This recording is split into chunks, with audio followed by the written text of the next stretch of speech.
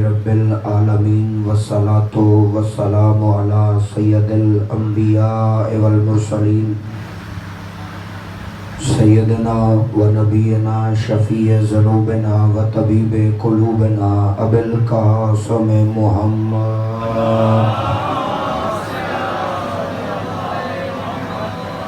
ولعنۃ اللہ علی اعدائہم اجمعین الی یوم الدین بے شمار۔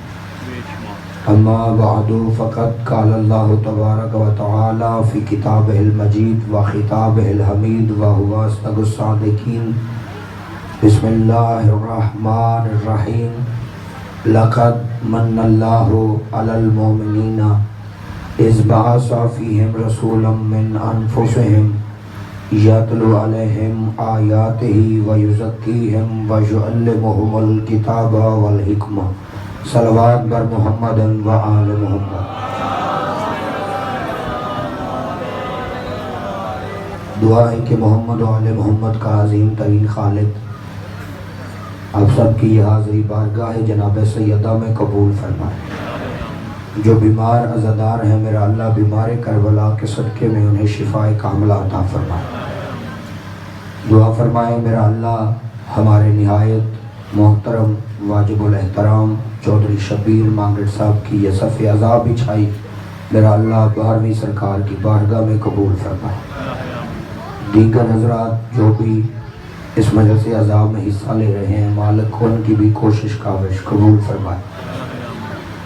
دعا محتاج ہوتی ہے آمین کہنے کی، آمین سارے کہنا۔ اللہ میرے بھائی اسد کو جتنی جلدی ہو سکے اولاد نرینہ سے سرفراز فرمائے۔ مالک جتنی جلدی ہو سکے ہمارے زمانے کے امام کے ظہور میں تعجیل فرما۔ ان دعاؤں کی قبولیت کے لیے مل کے بلند آواز سے صلوات۔ اجازت ہے بابا جی میں ڈیوٹی تلاوت کروں۔ دوستانی گرامی، اللہ قرآن مجید میں ارشاد فرما رہا ہے لقد من اللہ علی المؤمنین۔ خدا فرماتا میں نے مومنین پر احسان کیا کہ ان میں ایک رسول کو بھیجا تاکہ وہ انہیں آیتیں پڑھ پڑھ کر سنائے، انہیں پاک کرے، کتاب اور حکمت کی تعلیم دے۔ کل میں نے آپ کے سامنے یہ گزارش کی تھی کہ اللہ نے مومنین میں جو رسول بھیجا ہے وہ دنیا میں آ کر نہیں بنا بلکہ وہیں سے بن کر آیا تھا۔ بات یاد ہے نا میری آپ کو؟ لہذا سامعین گرامی آج کی مجلس کا پہلا لفظ کہنے لگا ہوں، جس کا عقیدہ ہو وہ بول کے میری تائید کر دے، جس کا نہ ہو بے شک چپ رہے۔ خدا کی قسم اللہ نے کائنات میں جتنے بھی ہادی بھیجے ان سب کے سردار کا نام مصطفیٰ ہے۔ آپ جی سلامت رہیں۔ جتنے نبی کے عاشق بیٹھے ہوئے ہیں وہ میری تائید ضرور فرمائیں۔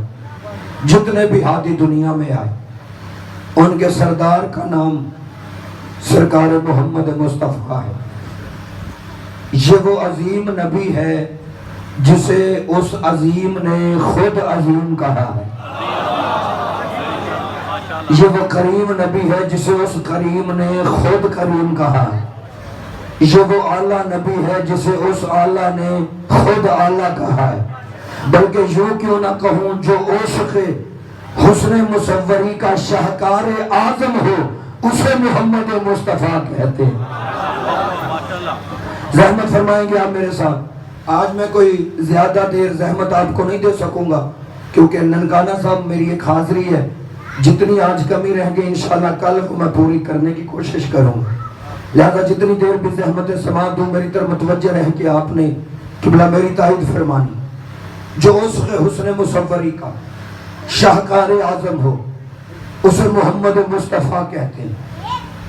میں نے آج بھی اسی نبی کے حوالے سے چند گزارشات کرنی کیونکہ میرا ذاتی ایمان ہے اگر دنیا کو یہ پہلا محمد سمجھ میں آ گیا پھر باقی محمد خود بخود سمجھ میں آ جائیں۔ اگر دنیا کو پہلے محمد کی سمجھ ہی نہ آئے تو 12واں محمد سمجھ میں کیسے آئے؟ اس لیے ضرورت سمر کی ہے کہ اس نبی کی اس محمد کی معرفت کی جائے۔ پہلا مسئلہ محمد سمجھ میں آئے گا تو باقی محمد سمجھ میں آئیں گے۔ اب رہ گئی بات علی بادشاہ کی ولایت کی، تو مسئلہ علی کی ولایت کا بعد میں ہے، کیونکہ جب نبیوں کے نبی نے غدیر کے مقام پہ علی بادشاہ کی ولایت کا اعلان کیا تھا نا، تو نبی نے ڈائریکٹ علی کی ولایت نہیں پہنچائی تھی، نبی نے براہ راست علی کی ولایت کا اعلان نہیں کیا تھا، بلکہ پہلے نبی نے کہا تھا من کنت مولا ہو فہذا علی شن مولا، جس کا میں مولا ہوں اس کا یہ علی مولا ہے۔ تو اب گھر جا کے سوچنا، جس بندے نے محمد کو ہی نہ مانا ہو اسے علی سمجھ میں کیسے آئے؟ مل کے سارے حضرات جس بندے کو یہی نہیں پتا کہ عظمت مصطفیٰ کیا ہے، اسے عظمت مرتضیٰ کی سمجھ کیسے آ سکتی؟ ویسے آج اگر کسی بندے کو عظمت مصطفیٰ پوچھنے کا شوق ہو تو وہ ہم علی والوں سے پوچھے، کیونکہ یہ علی والے ہی بتا سکتے ہیں کہ عظمت مصطفیٰ کیا ہے، عزت مصطفیٰ کیا ہے۔ وہ یہ جمعرات کی روٹیاں مانگنے والے کیا جانے عظمت مصطفیٰ کیا ہوتی؟ لہذا علی والوں سے پوچھے، اگر کسی نے پوچھنا کہ عظمت مصطفیٰ کیا، خدا کی قسم ہمارا علی شن ولی اللہ پڑھنا بھی عظمت مصطفیٰ کی دلیل ہے۔ نہیں، سارے بندے میری اس بات کو نہیں سمجھ سکتے۔ میں ہر روز کہتا ہوں، میں اس وقت تک میرے لیے ممبر چھوڑنا حرام ہے جب تک میں اپنی بات کی دلیل نہ دے لوں۔ علی شن ولی اللہ پڑھنا عظمت مصطفیٰ کی بھی دلیل ہے اور ختم نبوت کی بھی دلیل ہے۔ میرا اللہ جانتا ہے علی شن ولی اللہ پڑھنے والا بندہ مرتے مر جاتا ہے، لیکن یہ کبھی نہیں کہتا کہ جی نبی نے کہا تھا میرے بعد نبی ہوتا، تو وہ ہوتا جب ہونا ہی نہیں پھر کیوں ہوتا؟ جب اللہ نے بنایا ہے اس نبی کو آخری نبی ہے تو پھر کیوں ہوتا؟ لیکن جہاں تک زمانے کی بات ہے، میں اپنے ایک بھائیس کا ذمہ دار بن کے کہہ رہا ہوں، زمانے میں کئی بندے 2 4 10 نہیں، سینکڑوں بندے ایسے آئے ہیں جنہوں نے محمد عربی کے بعد نبی ہونے کا دعویٰ کیا۔ آپ میری تائید فرمائیں گے 2 4 10 بندے نہیں، سینکڑوں بندے ایسے جنہوں نے نبی کے بعد جھوٹی نبوت کا دعویٰ کیا، لیکن آج یہ اعزاز ہم علی والوں کو حاصل ہے کہ نبی کے بعد جتنے بھی جھوٹے نبی بنے ان میں سے ایک بھی علی ولی اللہ پڑھنے والا نہیں تھا۔ جاؤ جا کے پاکستان کی تاریخ پڑھ کے دیکھو، کتابیں کہتی ہیں 1974 میں 1974 میں جب وزیر اعظم ذوالفقار علی بھٹو کا دور تھا، اس وقت مرزائیوں کے خلاف ختم نبوت چلی تھی میرے ملک میں۔ جن بندوں کو یہ بات یاد ہے وہ میری تائید فرمائیں۔ اس وقت اسد بھائی پاکستان کے اخباروں میں مرزائیوں کی طرف سے مرزا ناصر نے یہ اشتہار دیے تھے مسلمانوں کے علماء، ہمارے بچے یتیم نہ کرو، ہمارے گھر نہ جلاؤ، اگر تمہیں ختم نبوت پہ اتنا ناز ہے پھر ہمارے ساتھ ٹی وی پہ بیٹھ کے مناظرہ کر لو، ہم مرزائی یہ ثابت کریں گے کہ معاذ اللہ نبی کے بعد نبی ہونے جانے کی گنجائش ہے۔ خدا کی قسم 3 دن پاکستان کے اخباروں میں مرزائیوں کے یہ چیلنج چھپتے رہے، لیکن تیرے پورے ملک میں ویسی ہی خاموشی تھی جیسی خندق میں تھی۔ جب 3 دن یہ مناظرے کے چیلنج چھپتے رہے ختم نبوت پہ تو سارے علماء چپ تھے۔ آخر ایک پاکستان کا بہت بڑا نام تھا دنیا صحافت کا، شورش کاشمیری، اسے پاکستان کے علماء نے فون کر کے کہا شورش کشمیری بات علم کی نہیں، بات مناظرے کی ہے، اس لیے ہمیں شیعوں کے اسماعیل کا پتہ کرنا پڑے گا۔ اور فخر کیا کرو اپنے مذہب کی سچائیوں پہ۔ اس وقت پاکستان کے علماء نے تیرے مذہب کے عالم قبلہ مبلغ اعظم کا نام لیا تھا۔ شورش کشمیری نے قبلہ مبلغ اعظم کو فون کیا، فیصل آباد کا پرانا نام لائل پور ہے، لال پور قبلہ کو فون گیا کہ قبلہ ایسے ایسے مناظرے کا چیلنج ملا، بات علم کے لیے بات مناظرے کی، تم مشکل کشا کا مرید ہے، ہم پہ مشکل بن گئی ہے، ہم پہ مشکل بن گئی ہے ہماری مدد کا۔ قبلہ مبلغ اعظم نے کہا شورش بھائی، ختم النبوت کا مسئلہ میرے سردار کے سردار کی سرداری کا ہے، جو لفظ سمجھتے ہیں وہ میری تائید فرمائیں۔ قبلہ نے کہا ختم النبوت کا مسئلہ میرے سردار علی کے سردار کی سرداری کا ہے، میں اسماعیل آنکھوں کے بال چڑھ کے آؤں گا، لیکن ٹیلی فون پہ نہیں، ان سارے علماء کو میرے دروازے پہ بھیج تاکہ میرے شہر والے بھی دیکھیں وسیلے کے منکر سارے آئے کھڑے، سارے علماء مل کے قبلہ مبلغ اعظم کے دروازے پہ گئے۔ میں بات لمبی نہیں کروں، بس نتیجہ آپ کے حوالے کرنے لگا ہوں۔ مل کے سارے گئے، انہوں نے کہا قبلہ اسماعیل سے مرزائیوں نے مناظرے کا چیلنج کر دیا، آپ ہمارے ساتھ چلیں۔ قبلہ نے کہا کیوں نہیں، میں اپنے نبی کی نبوت کی خاطر، ختم النبوت کے تحفظ کی خاطر میں اسماعیل آنکھوں کے بال چل کے جاؤں گا۔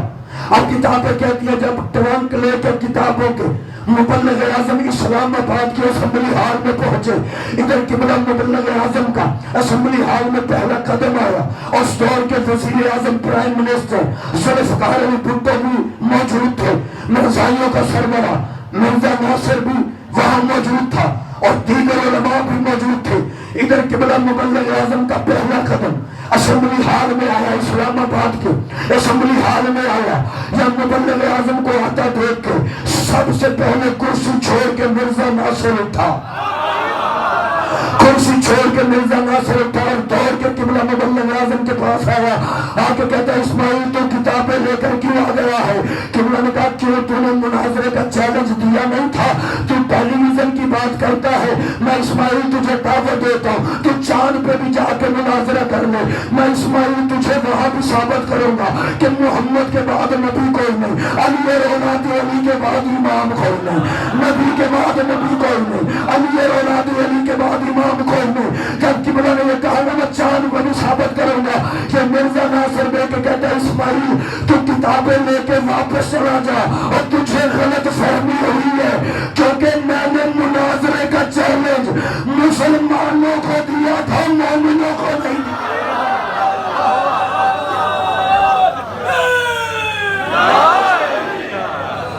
جتنی عزت سرکار محمد مصطفیٰ صلی اللہ علیہ وآلہ وسلم کی ہم بتا سکتے، شاید ہی کوئی بتا سکتے، لیکن قبلہ دیکھے لڑائی جھگڑا وہاں پہ ہوتا ہے جہاں پہ کسی پہ طنز کیا جائے۔ اور آپ جانتے ہیں آج میری آپ کے سامنے 8ویں حاضری ہے، میں نے کسی کا دل دکھانے والی بات ہی نہیں کی، سارے آپ اہل اسلام بھائی ہیں، اور میں دعا کر کے جا رہا ہوں، مسافر باوضو کھڑا ہوں ممبر پہ، اللہ اس شہر کے امن کو ہمیشہ ایسے ہی آباد رکھے، اللہ کرے اس شہر کے امن کو کسی کی نظر نہ لگے۔ لیکن قبلہ لڑائی جھگڑا وہاں پہ ہوتا ہے جہاں پہ کسی پہ طنز کیا جائے۔ میں طنز نہیں کر رہا بلکہ ممبر پہ کھڑے ہو کے آج ایک چھوٹا سا سوال پوچھنا چاہتا ہوں۔ قبلہ اگر آپ کے ذہنوں میں عظمت مصطفیٰ ہے، پھر ہمیں بتایا جائے کہ آپ حضور کے والدین کے ایمان کے بارے میں کیا کہتے ہیں۔ نہ یار چپ رہو گے غلط فہمی بڑھ جائے گی، میں بڑے اہم مسئلے سے بڑے اہم راز سے پردہ اٹھانے لگا ہوں۔ ہمیں بتایا جائے کہ آپ حضور کے والدین کے ایمان کے بارے میں کیا خیال رکھتے ہیں۔ ہم شیعہ سنی بھائی یاد رکھنا، معاذ اللہ معاذ اللہ معاذ اللہ، اگر کسی کتاب میں یہ لکھا ہوا ہو کہ حضور کے والدین معاذ اللہ بخشے نہیں جائیں گے، پھر کبھی لکھا ہوا بھی ہے کہ سرکار کے بارے میں یہ روایتیں لکھی ہیں، میں ممبر پہ پڑھوں گا نہیں، لیکن اگر کسی کتاب میں یہ لکھا ہوا ہو یا کسی بندے کا یہ عقیدہ ہو کہ معاذ اللہ حضور کے والدین بخشے نہیں جائیں گے، تو پھر کم از کم گھر میں بیٹھ کے اتنا تو ضرور سوچنا، اور جو نبی اپنے والدین کو نہ بخشوا سکے وہ اتنی لمبی چوڑی امت کی بخشش کیسے کروائے۔ ہمیں بتاؤ حضور کے والدین کے بارے میں آپ کیا کہتے ہیں؟ خدا کی قسم کئی بندے آج بھی میرے ملک میں مل جاتے ہیں جو یہ کہتے ہیں جی معاذ اللہ حضور کے والدین تو اسلام ہی نہیں لائے. مجھے سمجھ نہیں آتی جن بیچاروں کا نام عبد العزیٰ ہو انہیں بابا جی دنیا مسلمان سمجھتی، اور حضور کے والد گرامی کا تو نام ہی جناب عبداللہ تھا. اب مجھے بول کے بتاؤ عبداللہ کہتے کسے ہیں؟ نہیں آج آپ لگتا تھک کے مجھے سن رہے ہیں. عبداللہ کہتے کسے ہیں؟ عبداللہ کا مطلب کیا ہے؟ اللہ کا بندہ. یار اب فیصلہ نہیں ہو گیا، خود سوچو. اور جو زمانہ جاہلیت میں عبداللہ ہو وہ کافر کیسے ہو سکتا؟ اچھا چلو جسے حضور کے والدین کے ایمان کی سمجھ نہیں آتی میں اسے ایک مثال سے سمجھا دیتا ہوں. اسد بھائی پردے میں ہماری مائیں بہنیں موجود ہیں. گھر جا کے میں ہر بندے کو یہ اپیل کر رہا ہوں، گھر جا کے بے شک پوچھ لیں جسے حضور کے والدین کے ایمان کی سمجھ نہیں آتی اسے مثال دینے لگا. ہمارے گھروں میں جو بڑی بوڑھی عورتیں ہوتی ہیں نا وہ باقی برتنوں کی پاکیزگی کا اتنا خیال نہیں کرتی جتنا اس برتن کا خیال کرتی ہیں جس میں انہوں نے دودھ رکھنا ہوتا ہے. آپ جی شاہ سلامت رکھیں میرا مولا آپ سب. باقی برتنوں کی پاکیزگی کا خیال اتنا نہیں کیا جاتا جتنا اس برتن کی پاکیزگی کا کیا جاتا ہے جس میں انہوں نے دودھ رکھنا ہوتا ہے. اور میرا اللہ جانتے ہیں آج کوئی پڑھا لکھا بچہ یا بچی کوئی ماڈرن دور کا بچہ یہ کہہ دے اماں یہ تو کہاں کی بات کرتی تو آج تک اس برتن کو بچاتی پھر رہی ہے. زمانہ کہاں سے کہاں چلا گیا. دنیا تختی سلیٹ سے گزر کے انٹرنیٹ پہ چلی گئی ہے. آج بندہ اپنے روم میں بیٹھ کے کمپیوٹر کے کی پیڈ پہ 2-4 انگلیاں مارے یورپ میں پڑی لائبریریوں کی کتابیں پڑھ سکتا ہے. اماں تو آج تک اس برتن کو بچاتی پھر رہی ہے، تو آج تک اس کی حفاظت کر رہی ہے. تو اس کا جواب پتہ کیا ہوتا ہے؟ جو گھروں میں بڑی بوڑھی مائیں ہوتی ہیں وہ جواب دے کے کہتی ہے بیٹا تجھے نہیں پتا تو جتنا مرضی ماڈرن بن جا لیکن مجھے اس برتن کی پاکیزگی کا خیال کرنا پڑتا ہے کیونکہ اس برتن میں نے دودھ رکھنا ہوتا ہے اور دودھ رب کا نور ہوتا ہے. دودھ رب کا نور ہوتا ہے. دودھ رب کا نور ہوتا ہے. اور کہے تو کس سے کہے، پوچھے تو کس سے پوچھے. دیہات میں رہنے والی عورتوں کو پتا ہے کہ ہم نے رب کا نور کس ظرف میں رکھنا ہے، اور محمد کے خالق کو پتہ ہی نہیں تھا کہ میں نے محمد کا نور کن شجروں میں رکھنا.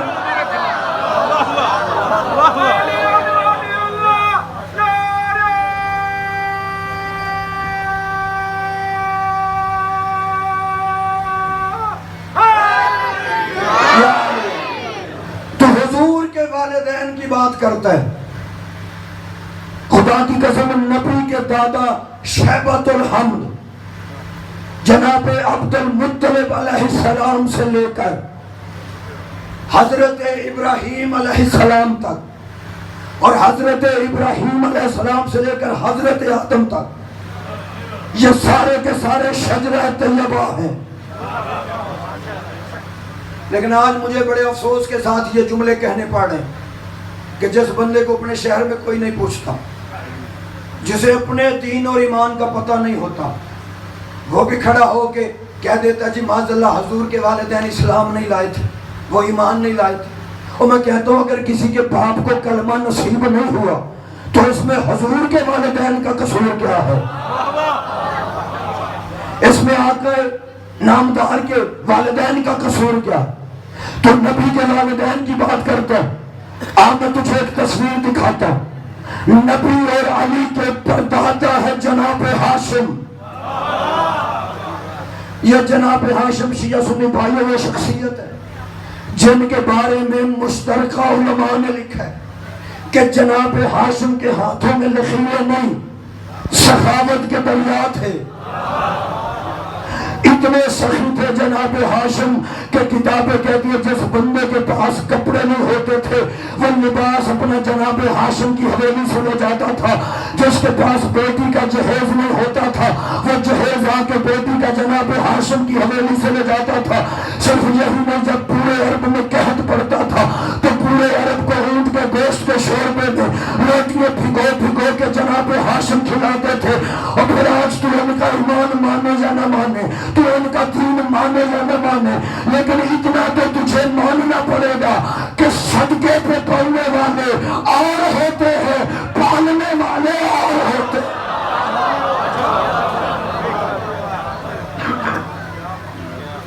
پالنے والے اور ہوتے ہیں، پالنے والے اور ہوتے ہیں۔ یہ گھر کھانے والوں کا نہیں، کھلانے والوں کا یہ خاندان۔ جاؤ تفسیریں پڑھو، آخری بات کر رہا ہوں۔ کتابیں کہتی ہے حضرت عبد المطلب علیہ السلام نے منت مانی، پروردگار اگر تو نے مجھے 10 بیٹے دیے تو ان میں سے ایک تیری راہ پہ قربان کر دوں گا۔ اب قبلہ میں بڑے آرام سے یہ جملے پڑھوں گا کیونکہ یہ خطابت نہیں بلکہ مذہب شیعہ کا عقیدہ ہے جو میں اب پڑھنے لگا ہوں۔ کوئی بندہ تقریر بھول جائے تو بھول جائے لیکن عقیدہ نہیں بھولنا چاہیے۔ میں تیری راہ میں قربان کر دوں گا ایک بیٹا۔ یاد رکھنا، بیٹے کو ذبح کرنے کی منت یا بیٹے کی گردن پہ چھری رکھنے کا اختیار صرف اور صرف حجت خدا کو ہوتا ہے۔ ہر بندہ بیٹے کی گردن پہ چھری نہیں رکھ سکتا۔ بیٹے کی ذبح کرنے کی منت یا اس کی گردن پہ چھری رکھنے کا اختیار صرف اور صرف حجت خدا کو ہے۔ یہی وجہ ہے کہ پوری تاریخ اسلام میں صرف 2 ہستیاں ایسی ہیں جنہوں نے بیٹے کی گردن پہ چھری رکھی، یا حضرت ابراہیم علیہ السلام نے رکھی یا جناب عبد المطلب علیہ السلام نے رکھی۔ اب خود سوچو، اگر ان میں اور تجھ میں فرق نہیں ہوتا تو پھر تو بیٹے کی گردن پہ چھری رکھ کے دکھا۔ نہیں، تو بیٹے کی گردن پہ چھری رکھ، دمبا نہیں آئے گا، پوچھ آئے گی۔ لیکن کتابیں کہتی ہیں، قرآن کی تفسیریں کہتی ہیں ادھر حضرت ابراہیم نے بیٹے کی گردن پہ چھری رکھی۔ مجھے بول کر بتاؤ، اگر حضرت ابراہیم کسی مفتی سے فتویٰ پوچھ لیتے کہ میں ایسا کر لوں تو وہ کبھی فتویٰ نہ دیتا، کیونکہ چھری اور خون والا مسئلہ مسئلوں کی کتاب کا ہے ہی نہیں۔ چھری اور خون والا تو مسئلہ ہے ہی عشق کا مسئلہ۔ اللہ درجات بلند فرمائے شہید علامہ ناصر عباس کی، وہ کہا کرتے تھے شیطان نے 3 دفعہ کوشش کی ہے کہ کسی نہ کسی طریقے سے ابراہیم کی قربانی رک جائے، حالانکہ خون شیطان کا نہیں نکلنا تھا۔ یہ میرے جملے نہیں، شہید ناصر عباس کے جملے ہیں، اللہ ان جملوں کا ثواب ان کی روح کو پہنچا دے۔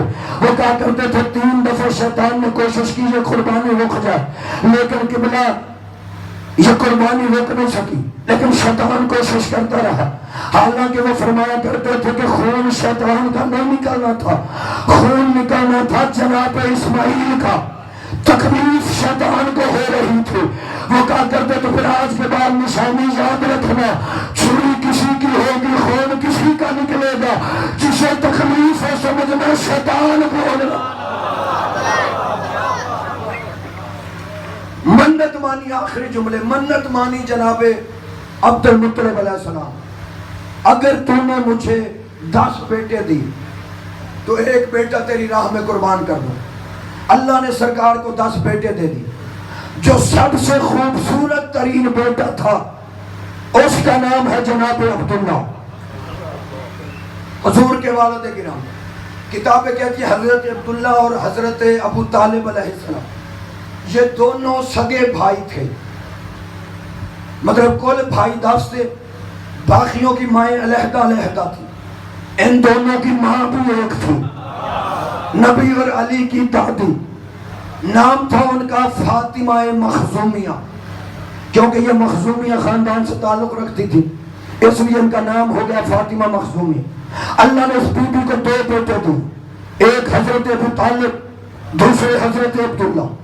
سب سے زیادہ خوبصورت بیٹے جناب عبداللہ تھے۔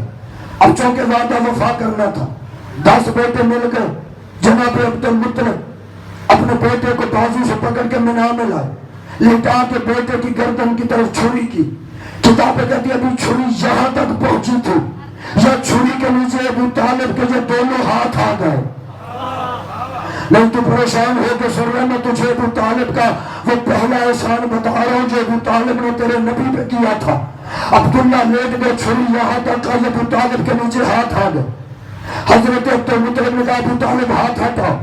ابو طالب دیکھ کے فرماتے ہیں نہیں بابا، یہ میرا اکلوتا بھائی ہے، اگر آج یہ ذبح ہو گیا پھر وہ نبی کیسے آئے گا جس کا ہم انتظار کر رہے ہیں۔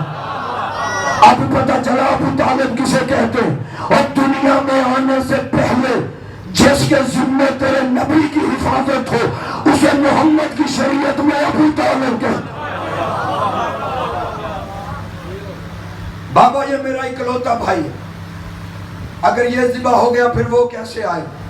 بابا میں 10 اونٹ دیتا ہوں، آپ اونٹوں کو ذبح کر دیں، میرے بھائی کو چھوڑ دیں۔ کعبے کے حرم میں قبلہ قرہ ڈالا گیا، ایک پرچی پہ لکھا گیا 10 اونٹ، دوسری پہ لکھا گیا حضرت عبداللہ، قرہ ڈالا گیا، پرچی نکلی حضرت عبداللہ کے نام کی۔ عبدالمطلب علیہ السلام نے پھر چھری اٹھائی، ابو طالب کی آواز آئی 50 اونٹ، پھر پرچی ڈالی گئی، پھر پرچی نکلی حضرت عبداللہ کے نام کی۔ ادھر پھر باپ نے چھری اٹھائی بیٹے کی گردن پر رکھنے کے لیے، یا ابو طالب کی آواز آئی 100 اونٹ۔ آج دنیا کہتی ہے جی ابو طالب بڑے غریب تھے، اور اتنے غریب تھے کہ غربت کی وجہ سے رشتہ داروں نے ان کے بچے بانٹ لیے۔ میں کہتے ہوں عقل کے اندر جو بھائی کو بچانے کے لیے اپنی حویلی سے 100 اونٹ دے دے، یہ ابو طالب غریب کیسے ہو سکتا ہے؟ ابو طالب فرماتے میں 100 اونٹ دیتا ہوں۔ اب جب تیسری دفعہ پرچی ڈالی گئی تو 100 اونٹوں کے نام کی پرچی نکلی، ابو طالب نے اپنی حویلی سے 100 اونٹ دے دیے۔ اسی دن سے انسانی جان کی قیمت مقرر ہو گئی 100 اونٹ۔ علماء سے پوچھنا آج بھی جو انسانی جان کے بدلے میں دیت دی جاتی ہے وہ ہے 100 اونٹ، اور یہ ابو طالب نے اپنی حویلی سے دے دیے۔ اب قبلہ جو بندے بڑے فخر سے محمد رسول اللہ کا کلمہ پڑھتے ہیں ان بھائیوں سے گزارش کرنا چاہتا ہوں، قبلہ آج یہ جو تم نبی کا کلمہ پڑھتے ہو نا، یہ احسان ہے ابو طالب کے، یہ احسان ہے سرکار ابو طالب کے۔ اگر ابو طالب نہ ہوتے تو تجھے یہ کلمہ نصیب نہ ہوتا، اس لیے کہ اگر ابو طالب اپنی حویلی سے 100 اونٹ قربان نہ کرتے تو نبی کے بابا حضرت عبداللہ ذبح ہو جاتے۔ اگر حضرت عبداللہ ذبح ہو جاتے تو تیرا نبی اس دنیا میں نہ آتا، اور اگر نبی دنیا میں نہ آتے تو پھر آج تو بھی کسی مندر میں ہوتا، مسجد میں نہ بیٹھا ہوتا۔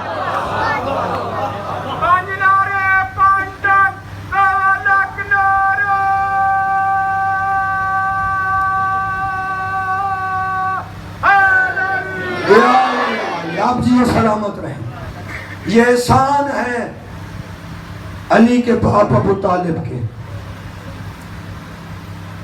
ان دنوں میں ہم ان کے گھر کی تاریخ اس لیے سناتے ہیں کہ ہو سکتا ہے کوئی بندہ ان دنوں میں دور بنتا بنتا ہور بن جائے۔ آج 8 محرم کا دن ہے، یہ دن اور راتیں ہور بننے کی ہیں۔ دروازہ حسین کا سجا ہوا ہے، مجلس حسین دنیا کو یہ پیغام دے رہی ہے آج بھی اگر کوئی معافی مانگنا چاہے تو حسین کا دربار سجا ہو۔ عزاداران امام مظلوم، ایک دن رہ گیا ہور کی معافی کا، لیکن آج میں آپ کو جناب ہور کے بیٹے کی شہادت کا ایک جملہ سناتا ہوں۔ کتابیں کہتی ہے کربلا آسان بھی ہے اور مشکل بھی ہے۔ مشکل اتنی ہے عمر سعد جیسے مفتی کو سمجھ نہیں آئی، اور آسان اتنی ہے حر جیسے گنہگار کو سمجھ آ گئی۔ عزاداران امام مظلوم کبھی آپ نے سوچا ہے اتنے بڑے لشکر میں، لاکھوں کی فوج میں ایک حر جنتی کیوں ہوا؟ اللہ کرے اگلا فکرہ آپ کی سمجھ میں آ جائے۔ یہ میسج ہے آج کی مجلس کا، یہ جملہ کبھی سوچنا اتنی بڑی فوج میں حور جنتی کیوں ہوا؟ اس لیے کہ اس کے دل میں محمد کی بیٹی کا احترام تھا۔ ہاں ضرور کرنا ان جملوں پہ. اگر کسی کے دل میں محمد کی بیٹی کا احترام ہو پھر جہنم کی آگ میں وہ نہیں جلے گا. اور میں تمہیں دلیل کے طور پہ 2 جملے سنا دیتا ہوں. کتابیں کہتی ہے جب منزل اشراف پہ حسین پہنچے نا، ہر میں آ کے مولا حسین کے گھوڑے کی لگام میں ہاتھ ڈالا. اس سے بڑی عرب میں گستاخی کوئی نہیں تھی. گھوڑے کی لگام میں ہاتھ ڈال کے اور کہتا مولا حاکم کا آرڈر ہے، میں تجھے نہیں جانے دوں گا. کیونکہ لکھنؤ کا ایک شاعر ہے، اس نے اس منظر کی تصویر وہی رہنے دی، مقصد بدل دیا. وہ دیکھ کے کہتا ہے ہور نے جب گھوڑے کی لگام میں ہاتھ ڈالا نا، وہ شاعر کہتا ہے بیمار مسیحا سے دوا پوچھ رہا تھا، جینے کی راہ حق میں ادا پوچھ رہا تھا. ہور نے شاہ مشرق ان کا رستہ نہیں روکا، بھٹکا ہوا راہی تھا پتہ پوچھ رہا تھا. رو رو کے اور کہہ رہا تھا مولا مجھے راستہ نظر نہیں آ رہا. لیکن کتابیں کہتی ہے اس نے گھوڑے کی لگام میں ہاتھ ڈال کے کہا حاکم کا آرڈر میں تجھے جانے نہیں دوں گا. آپ سنو گے غریب کا جملہ. جب اس نے گھوڑے کی لگام میں ہاتھ ڈالا نا، راوی کہتے ایک دفعہ امام کے لب ہوئے، امام حسین کی آواز آئی ہور تیری ماں تیرے غم میں روئے. عزادار حسین کا یہ جملہ کہنا تھا. راوی کہتا میں نے دیکھا ہور کے پورے بدن کے رونگٹے ایک دفعہ کھڑے ہو گئے اور کانپ کے کہتا مولا حسین اگر تیری جگہ پہ یہ فکرہ کوئی اور کہتا میں اسے پلٹ کے جواب ضرور دیتا، لیکن میں مجبور ہوں، میں تیری ماں پہ سوائے درود کے کچھ نہیں پڑھ سکتا. میں تیری ماں پہ سوائے درود کے کچھ نہیں پڑھ سکتا. عزادار یہی جملہ تھا جناب ہور کا جس نے ہور کو علیہ السلام بنا دیا. 10 محرم کا دن تھا، صبح کا وقت. کتابیں کہتی ہے حسین کے علی اکبر کی اذان سن کے ہور کا مقدر بدل گیا. یہ نماز کے لیے وضو کر رہا تھا، یہ ریت کے ٹیلے سے کسی کالے برقے والی بی بی کی آواز آ رہی تھی ہور حیا کر، میرے بچے پیاسے مر رہے ہیں اور تو پانی زمین پہ بہا رہا ہے. عزادارو اس نے دائیں بائیں دیکھا، گھبرا کے اپنے خیمے میں آیا. اس کا بیٹا آ کے علی ابن ہور کہتا ہے بابا اتنا پریشان کیوں ہے؟ اور کہتا ہے میں جنت اور جہنم کے درمیان کھڑا ہوا ہوں، ادھر جنت ہے ادھر جہنم ہے. اس کا بیٹا کہتا ہے ادھر جنت کیوں ہے ادھر جہنم کیوں؟ اور دیکھ کے کہتا ہے بیٹا وہ دیکھ سامنے جنت کا شہزادہ علی اکبر کھڑا ہوا. اس کا بیٹا کہتا ہے بابا اگر جنت اس طرف ہے پھر ہم ادھر کیوں ہیں؟ اور کہتا بیٹا میں نے ڈیسائیڈ کر لیا میں حسین سے معافی مانگوں گا. ایک جملہ پڑھنا جس کے لیے میں قبلہ تیاری کر کے آپ کو لے کے جا رہا ہوں. اور نے کہا میں معافی مانگوں گا. بیٹا دائیں بائیں نوکر، آنکھوں پہ پٹی، ہاتھوں میں رسی باندھ کے ہور چلا. جب حسین سامنے آئے نا، ہور نے مولا حسین کے قدموں پہ سر رکھا، رو کے کہتا مولا مجھے معاف کر دے، مجھے پتہ ہوتا تیرے نانے کی امت اتنی ظالم ہے، میں تجھے پہنوں کے ساتھ گھیر کے کربلا میں نہ لاتا، مولا مجھے معاف کر دے. عزادارو جب معافی مانگ کے جملے کہے نا، حسین نے یہ نہیں کہا کہ ہور میں نے تجھے معاف کر دیا. اتنا کریم تھا حسین. اگر یہ جملے حسین فرماتے نا کہ میں نے تجھے معاف کر دیا، شاہ جی ہور کو شرمندگی ہوتی. ادھر اس نے معافی مانگی، ہور کو حسین نے قدموں سے اٹھایا، ہاتھوں سے رسی کھولی، آنکھوں سے پٹی کھولی، ابا کے دامن سے ہور کے چہرے سے خاک صاف کی. رو کے حسین فرماتے بھائی ہور تم نے یہ کیا حالت بنا رکھی ہے؟ اجرکم اللہ اجرکم اللہ، کوشش کر دو چارہ سو آ جائے. تو نے یہ کیا حالت بنا رکھی ہے؟ آواز مولا کیا تو نے واقعی مجھے معاف کر دیا؟ حسین رو کے فرماتے ہور میں نے تو تجھے اسی وقت معاف کر دیا تھا جب تم نے میری ماں کا حیا کیا تھا. اگلا جملہ سنو گے. حسین فرماتے تیرا تو ہر جرم میں کوئی نہیں تھا، تو اس سے بھی بڑا جرم کرتا اور پھر میری ماں کا حیا کرتا، میں حسین تو سے کبھی ناراض نہ ہوتا. حسین فرماتے ہیں جو اس سے بھی کوئی بڑا جرم کرے اور میری ماں کا حیا کرے، میں حسین اس سے کبھی ناراض نہیں ہوتا. ایک شاعر نے کہا تھا معافی ملی جنت ملی کوثر بھی پیا ہور نے، کیا لوٹ میں پڑ گیا شبیر کا مہمان ہو. ادھر حسین نے معافی دی اور تڑپ کے کہتا مولا آپ نے تو معاف کر دی ہے، کیا اس بیوی نے بھی معاف کر دیا جب میں نے تیرے گھوڑے کی لگام میں ہاتھ ڈالا تھا تو اس نے محمل میں رونا شروع کر دیا تھا؟ عزاداروں کو اتنا سخی کرانا ہے، ادھر ہر کا سوال پورا نہیں ہوا تھا، یا فضا دوڑ کے آئی آ کے کہتی ہے ہر زہ نصیب تیرا، علی کی بڑی بیٹی تجھے سلام کہہ رہی ہے۔ کسی شاعر نے کہا تھا جب سے سلام بھیجا ہے علی کی بیٹی نے، زمانہ ہر کو علیہ السلام کہتا ہے۔ عزاداروں آخری جملہ جو ابھی تک نہیں رو سکا، کوشش کرنا ہائے کر کے اس جملے پہ رو لینا۔